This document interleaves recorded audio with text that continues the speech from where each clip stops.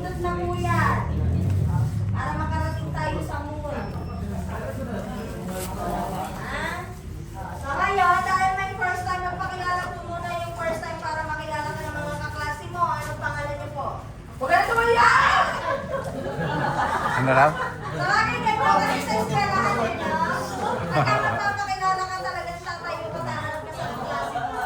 Sign of respect kasi yun. True. Sige Rita, magsalita ka nang nakaupo ka na lang. Okay? Silent therapy. Ano po ang pangalan? Angelina Ramirez. Ilang taong na po kayo? 57. Bakit ba? Parang 47 na. Diba? Taga saan po kayo? Bago-Mario Resolution. Bago-Mario Resolution. Magamit tayo doon. Nag-flyers tayo. Last year. Uy, hindi ko na lang yun. Ano yung hindi mo sabi niyo? Oh, yun ang trigger. Ano po ang health problems nyo? Cholesterol sa ayos. Cholesterol at uric acid. Very good. High blood po kayo? Ako po. High blood? Kaya pala. Ano po ang iniinom nyong maintenance? Sa maintenance lang sometimes Wala po kayong diabetes? Hintayin niyo po. Sama yan. Magkakapatid kasi sa kapatid yan. Magkakapatid po kasi yan, no? Yung pagkakaroon ng cholesterol, no? At saka yung tinatawag na diabetes, at saka high blood yan. Magkakapatid po yan, tatlo na yan. Pare-parehas po yan may malapot. Okay? Pero hindi porke high blood ka, ay hindi ka pwede magkaroon ng diabetes. Prone ka rin po na magkaroon ng diabetes. Ang kagandahan lang po dito, sa pagkukulo po dyan araw-araw, mape-prevent nyo po ngayon yun, yung pagkakaroon ng diabetes. Okay? So ngayon, tita, ako naman ang magpapakilala sa iyo dahil kilala ka na ng mga kaklase mo. Okay? Ako po ang pangalan ko po, ako po si Ma'am Margie. Lopez po ang aking apelyido at ako po ay taga Malabon. Kabisado na ni Tito ah. Isa po ako sa mga head consultant at product presenter at nagpapaliwanag dito po sa aming company. Okay? So ngayon, bibigyan kita ng konting idea about sa company po namin. Sa ginagamit natin therapy device kung paano po ito gumagana sa inyong katawan. Okay? At kung paano din po ito makakatulong. Okay po? So ngayon, ang pangalan po ng aming company is Be Well. Si Be Well po, na-establish po yan dito sa Pilipinas noong taong 1995 po. Okay? Kung susumahin po, 31 years na po yan nagbibigay ng libreng serbisyo. Okay? So ngayon, bakit nga po ba siya free? Or bakit nga po ba siya libre? Kasi nga po, hindi po yan gumamit ng mga social advertisement. Hindi po yan gumamit ng artista, telebisyon, radyo, billboard, dyaryo, magazine, or kahit na ano pa man pong online platform or online shop. Okay? So ngayon, sa halip po na gumastos siya ng malaki para po sa mga yun, ang ginawa na lang po niya, mag-open na lang po ng ganitong klaseng wellness center at actual na lang po niyang iparanas sa inyo kung gaano po yan ka-effective. Mismong ikaw at yung katawan niyo po mismong makakapagpatunay kung gaano po yan ka-effective. Okay? So ngayon, paano nga po ba gumagana yung ating therapy? Meron po kayo ngayong inuupuan dyan na kulay itim. Nakita niyo po? Hindi niyo naman po tinignan eh.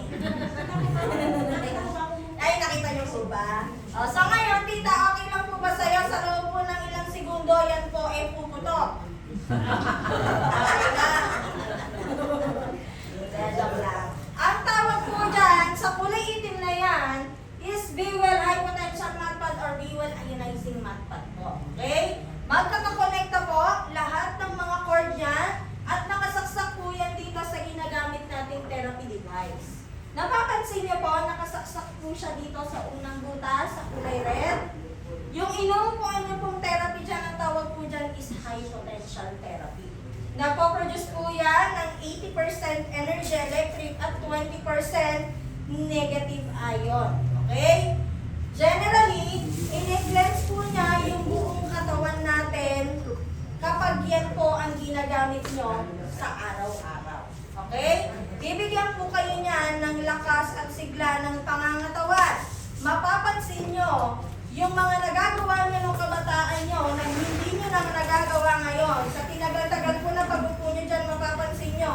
Yung mga hindi nyo nagagawa ngayon, magagawa nyo na rin po. Okay? Halimbawa, bumagal ka sa paglalakad. Tama? Kasi po tayong pagka nagkakaedad, napapansin po natin unti-unti po tayong bumabagal maglakad. Tama po? Halos madali na rin po tayong napapagod. Hindi mo na rin magawang mag-jogging ng malayo. Tama po? Kahit ka maglakad nga lang eh. No? Kapag ka na agad, iniingal ka na agad. Bakit? Kasi nga po, nawawalan po tayo ng tinatawag na enerhiya sa katawan or kakulangan sa enerhiya.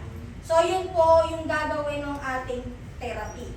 Ang pangalan naman po ng therapy ginagamit natin is Bewell Multifunctional Electric Pulse Therapy. Okay? So ngayon, kaya po siya tinawag na multi kasi napakaraming sakit po yung kaya po niyang pagalingin. No?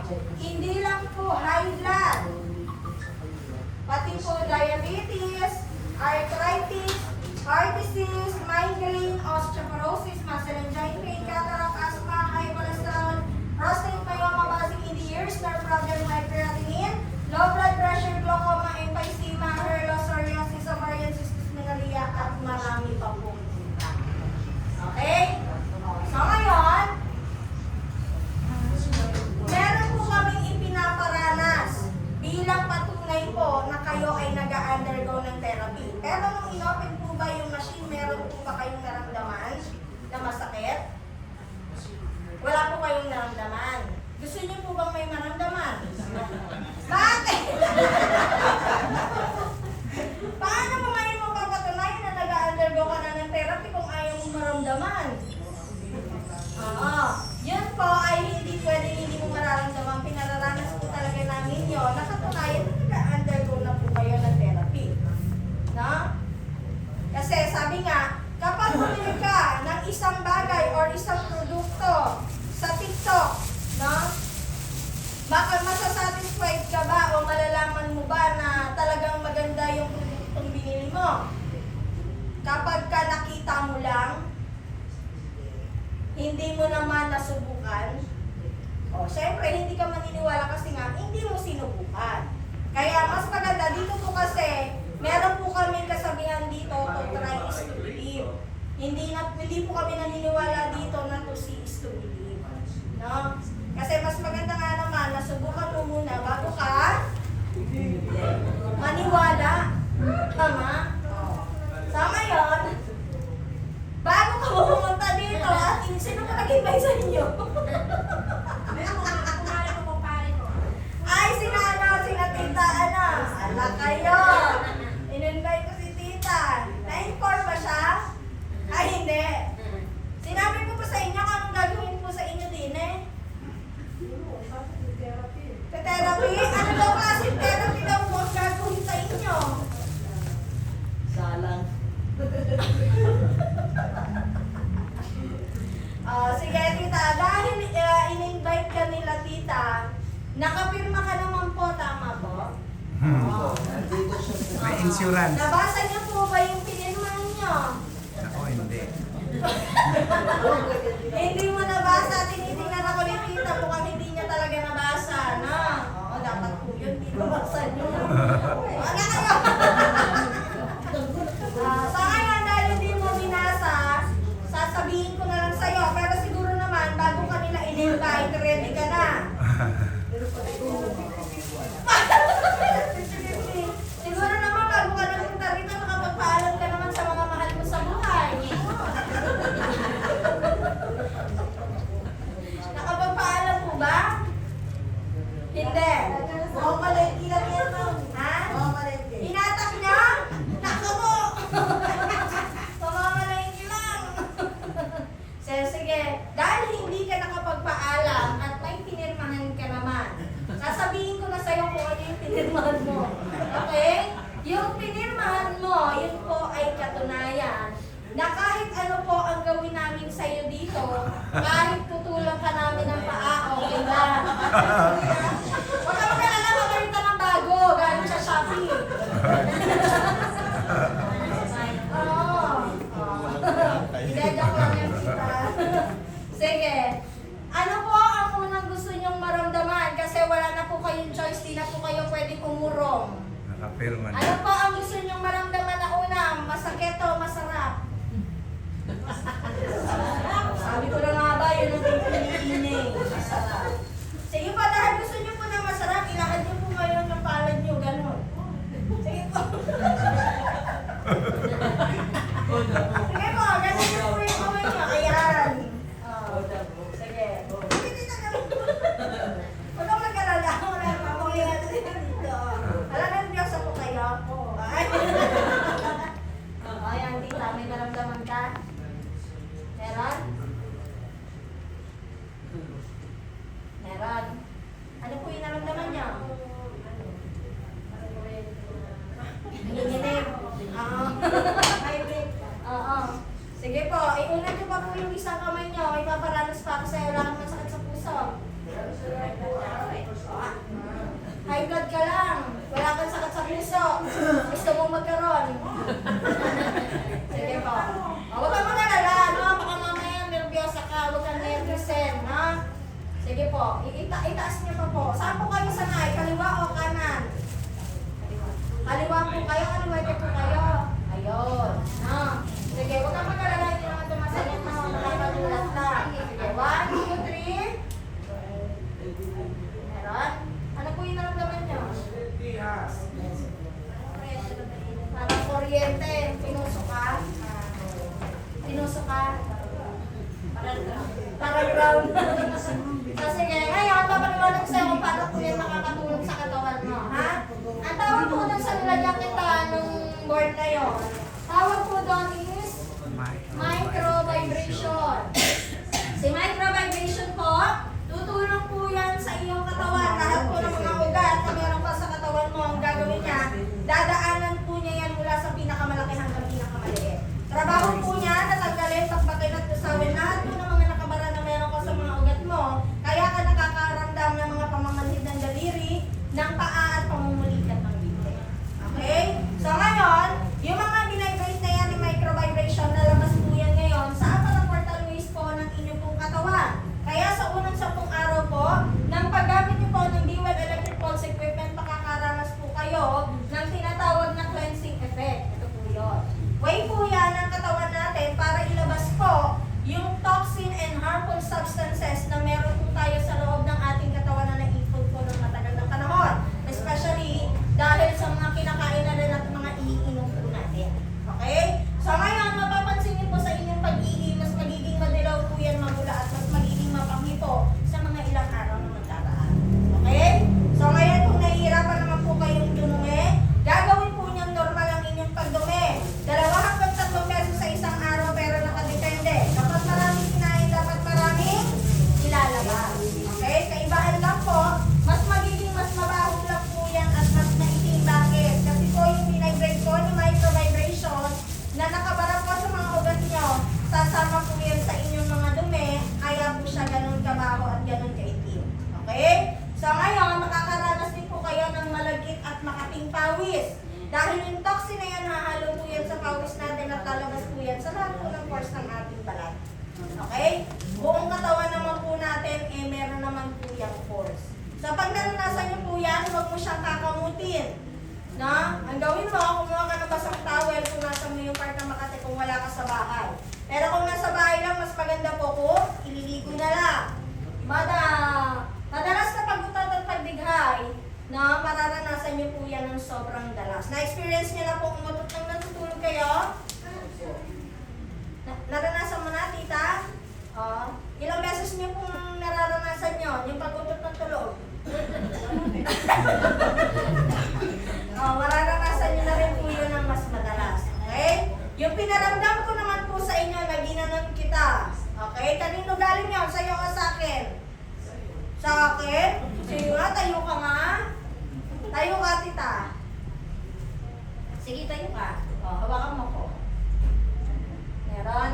Wala. Hawakan mo si Sige, upo ka. Hawakan mo ngayon yung katabi mo. May naramdaman ka? Wala. Wala kang naramdamang spark? Wala. O kasi hindi mo siya asawa. Sa ngayon, ang tawag naman po doon sa pinaranas ko sa inyo, static po yun. Okay? kasi siya naramdaman, ako kasi, hindi nag-undergo at ikaw nag-undergo, kaya meron kang naranasang static. Nung hinawakan mo si Tito, hindi dahil hindi mo siya asawa. Okay? Dahil parehas po kasi kayong nag-undergo ng therapy, kaya wala kang naranasang static. Yan po yung pinoproduce ng ating therapy device, yung energy electric. Trabaho po niya, daanan lahat ng nervous system mo, palakasin yung immune system ng katawan mo. Dagdagan at palakasin din po yung kinetic bioelectric or aktibong kuryente na meron po tayo sa ating katawan. Yan din po yung nagiging dahilan kung bakit tayo ay nagkakaroon ng paghina or pagbagal sa paglakad. Okay? Kaya hindi na rin po natin nagagawa lahat ng gusto nating gawin. Tama? Kung nung kabataan mo, gala ka, ngayon may edad na tayo, hindi na natin magawa. Kasi halos gusto na lang natin sa loob ng bahay. Matotoo yun. Tama ba? Nung mga bata tayo, hindi nga tayo mapigilan ng nanay at tatay natin lumabas ng bahay eh. Bakit? Kasi gusto natin maglaro sa labas.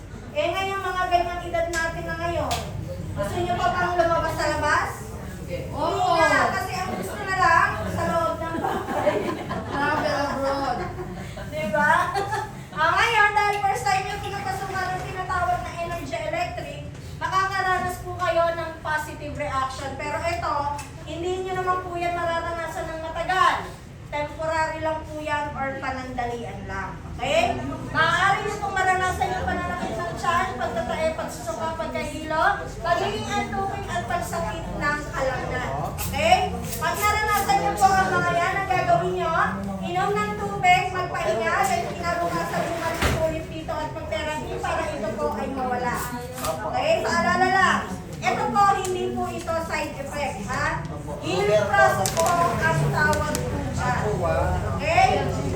So ngayon, ano po ang gagawin nyo? Kapag ka naramdaman nyo yan, Inom na alak. ha? Ano ng alak, kain pulutan, tawagan si Ma'am Eunice? Ganun po ba yun? Uminom ng tubig, magpahinga, then kinabukasan bumalik ulit at mag-therapy para ito po ay mawala. Okay? Meron po ba kayong naintindihan? Sigurado po? Pwede po ba pakiulit niyo po sa harap kung may naintindihan po? Hindi, joke lang. So ngayon, iba't ibang klase ng sakit pero napapansin mo, isa lang po yung ginagamit natin. Tama? Pero, pag nagpunta ka ng doktor or ng ospital, isang sakit, isang gamot. Dalawang sakit, ilang gamot? Dalawang gamot. Pero dito, hindi ka naman iinom ng gamot. No? Ang iinumin nyo lang po dito is tubig, especially alkaline water. Ang pinaka-the best po na partner na ginagamit po nating therapy habang kayo po ay nakaupo dyan. Bakit? Ano po bang magagawa ng alkaline water kapag uminom kayo dyan habang nakaupo? Kasi yung alkaline po, no, tutulong po yan para pababain lahat po ng meron kayong excess sa katawan. Okay? Hindi po porque nauupo kayo araw-araw dyan, eh okay na. Okay? Pero syempre dapat, tulungan nyo po yung inyong sarili. Magkaroon ng disiplina sa katawan. Especially sa kinakain. Kasi sa totoo lang, nagkakaroon lang po ng pinagbabawal na pagkain ng mga doktor kasi nga ito po ay sumusobra. Halimbawa, na-detect ka ng doktor mo, mataas ang kolesterol mo. Bakit? Ano ang pinagbawal sa iyo nito? Matatabang pagkain, mamantikang pagkain. Tama po? So ngayon, kapag ka po kasi sumobra kayo dyan, no, mahirap po yan. Marami po kayong pwedeng maging sakit kapag yan po tumaas. Okay? Kapag mataas ang kolesterol ng katawan mo, pwede kang magkaroon ng pagbabara sa mga ugat, especially sa at pwede kang magkaroon ng fatty liver, fatty heart, bato sa akdo. Okay? Kaya ingatan nyo po. Pwede rin po kayong ma-dialysis kapag hinayaan nyo pong tumaas yan. Okay? Kala nyo diabetes lang ang dinadialysis, no? Or may CKD lang ang dinadialysis? Hindi. Okay? Kaya dapat po lahat ng yan, dapat ay nasa level lang. Okay? So, tapos na po yung ating therapy dahil may first time. Papasok po tayo sa kwarto na yon. Alam mo, tita, kung anong tawag sa kwarto na yon? Evacuation area. Ay! Halika, tita, pupunta po tayo dito. Masarap